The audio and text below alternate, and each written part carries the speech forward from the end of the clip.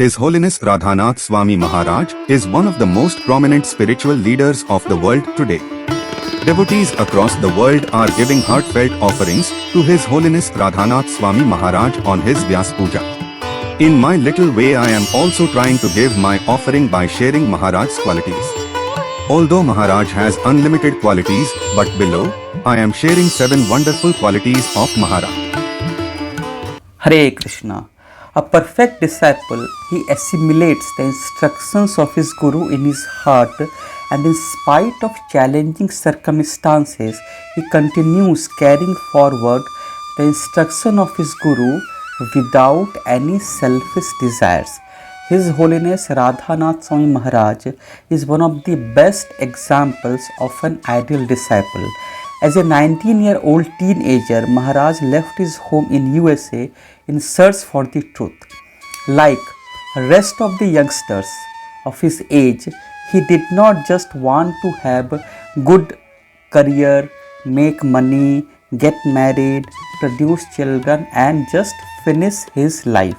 He desperately wanted to understand the meaning and purpose of his life. So he came to India. India, we all know, is a land of sadhus, is a land of yogis. It is the land where the holy rivers Ganges and the Yamuna flows, and where the sages and saints renounce all their material attachments and spend every moment of their life in remembering the Supreme Lord. And most importantly, Lord Krishna and Lord Ram appeared in this glorious land of India to perform their wonderful and beautiful pastimes. So in spiritual India, Maharaj performed penance in Himalayas. He went to the places of pilgrimage, meditated on the Supreme Lord and earnestly prayed to the Supreme Lord to show him the right path. Seeing the sincerity of an American boy, many spiritual leaders of that time residing in India, they got highly impressed by Maharaj. Many of them wanted him to join their monastery. Maharaj was so grateful to them, but still within his heart he found there was something he was looking for which he was not able to get. So he continued with his spiritual quest. He continued praying to the Lord for that spiritual path, which is the summum bonum of all the spiritual paths. And pleased by his sincere devotion, Lord Krishna, the Supreme Lord, he directed him to Srila Prabhupada, a great devotee of Lord Krishna. The very first time when Maharaj met Srila Prabhupada, he felt deep inner connection with him, like a son meeting his father after a very, very long period of time.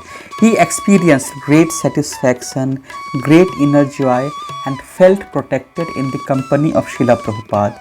And he got completely convinced that his search for truth is now over, because he has found that great personality who knows who is the supreme truth. Srila Prabhupada is the ambassador from the spiritual world. He had come to distribute love of Krishna to the people of this world. Maharaj begged Srila Prabhupada to accept him as his disciple, and Srila Prabhupada, the world Acharya, happily accepted him and embraced him in his heart just like a father embraces his child. Maharaj decided that he will dedicate his life to his spiritual master Srila Prabhupada, and from the day he met Prabhupada, he accepted him as his Guru, and he has been following each and every instruction of Srila Prabhupada as it is, without any compromise. As per the wish of Srila Prabhupada, His Holiness Radhanath Swami Maharaj, he dedicated his life to serve Krishna, and he is always ready to serve Krishna in all circumstances. As a young brahmachari, celibate monk, he was staying in ISKCON, New Vrindavan, West Virginia in USA, and there he was given the responsibility of doing deity worship. At that time, New Vrindavan, it was a kind of a secluded place and it has almost no facility, and he was taking care of the deities almost all alone. And to worship the deity, he had to take bath several times in a day. It was also too cold there. and there was no facility for hot water. In fact, the temperature was or you can say the temperature used to be so low that water would turn into ice, and to take bath he had to break the ice. And he did all these things, but he did it without any complaint and did not hold any kind of grudge. And his purpose was that he has to just serve Krishna in all situations, in all circumstances, and he never thought about any of his kind of a physical comfort. And later, when he was given this responsibility that he has to share this Krishna conscious message throughout the world, then he took this service with a great sense of responsibility. And for last, you can say, several decades, he has been speaking Krishna conscious philosophy all over the world, and his lectures have been inspiring thousands and thousands of people all over the world to become devotees of Krishna. A visionary is a person who has the intelligence to understand the future, and with determination and careful planning, he actually shapes the future. So Maharaj, he understood the important need of the society, and he inspired a group of doctors who were devotees of Krishna to open a Bhaktivedanta hospital in Mumbai. So no one could have imagined that a hospital whose primary purpose is to cure the disease of a person can also become a center where people can become devotees of Krishna. So today the Bhaktivedanta hospital in Mumbai is not just relieving the physical suffering of the people, but the hospital is also connecting the people to Krishna consciousness. They are connecting the soul to the super soul, that is the Supreme Lord Krishna. So the spiritual wing of the hospital, it is playing a great role in helping the patients and also their well-wishers to take shelter of Krishna and to get relief from the physical suffering and also from all the material and all the future sufferings. So that is one of the great contribution of Maharaj, and under the leadership of Maharaj, the Krishna conscious teaching, especially of Bhagavad Gita, has been going on into many prestigious universities of India and also all over the world. So the students are also getting benefited by getting the knowledge of Bhagavad Gita, and we all know that after hearing Bhagavad Gita from Krishna, Arjuna did not give up his duty of fighting. Similarly, after studying the philosophy of Bhagavad Gita, the students are not giving up their prime responsibility of studying or their responsibility towards their family members, towards the society, but they are becoming a great asset to the society.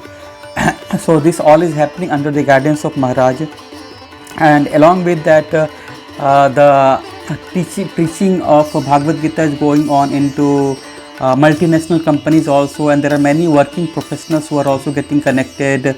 There are housewives who are getting connected, and they are feeling that how their life has got positively transformed after bringing Krishna into their life. And Maharaj also has great love and great affinity for children.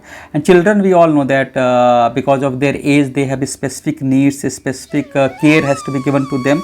So Maharaj has trained devotees who understands the needs of the children, and they also properly take care of the children and devise strategies and plans in such a way that children get attracted to the philosophy of Krishna consciousness, the lifestyle of Krishna consciousness, and become a wonderful devotee of Krishna. His Holiness Radhanath Swami Maharaj, so he has been gifted with the ability of sharing the pristine message of Vedic literatures like Bhagavad Gita, Srimad Bhagavatam, Chaitanya Charitamrita in such a way that audience can properly understand it, appreciate it, and most importantly can apply it in their life.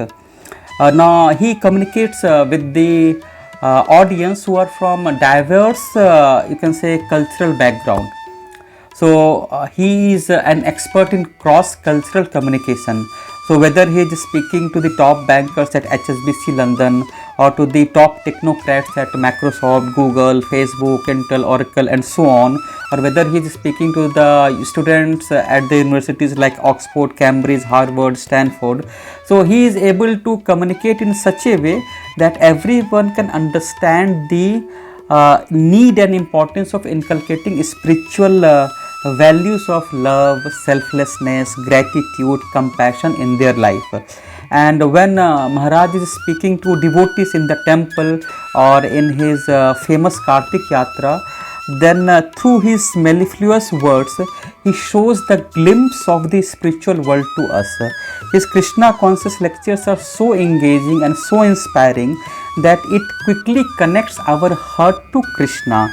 And when we start hearing him, so we just feel that his class never ends. So that his transcendental messages can penetrate in our heart, and the glories of Krishna, the glories of the spiritual world, the glories of the pastime of Krishna can penetrate in our heart. So all the devotees desire to hear again and again from Maharaj.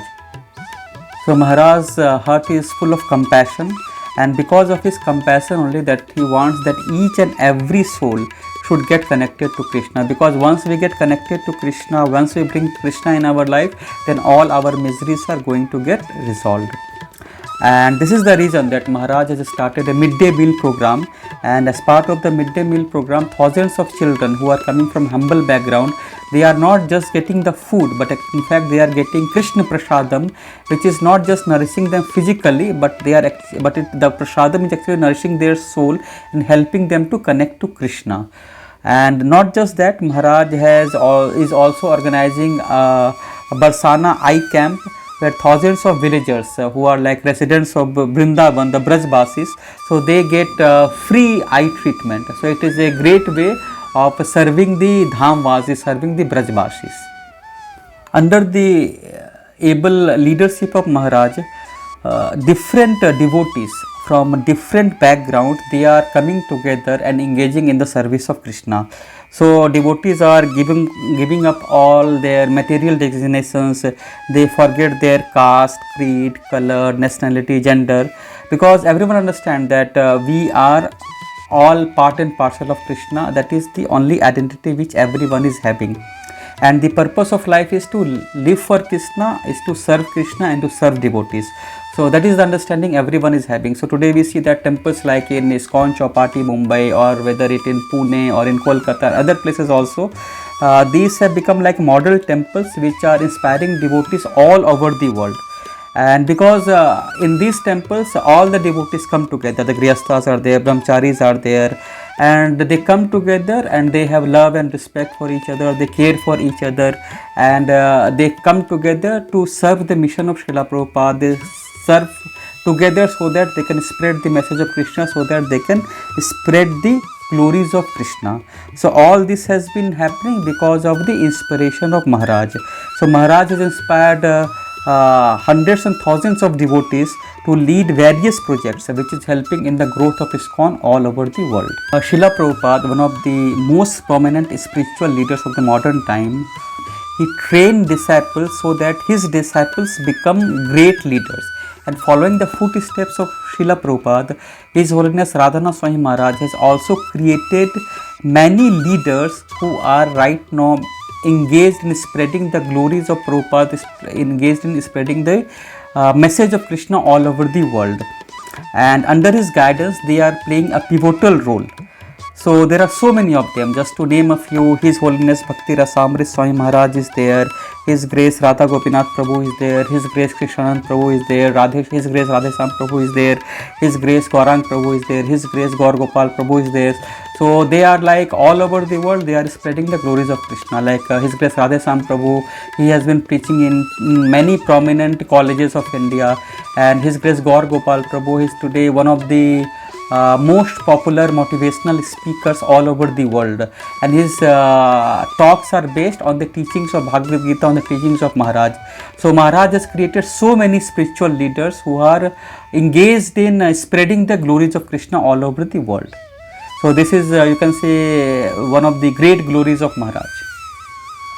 So Maharaj has unlimited glories, and with my limited understanding and intelligence, I cannot understand all the glories of Maharaj. So I have just highlighted here 7 glories of Maharaj.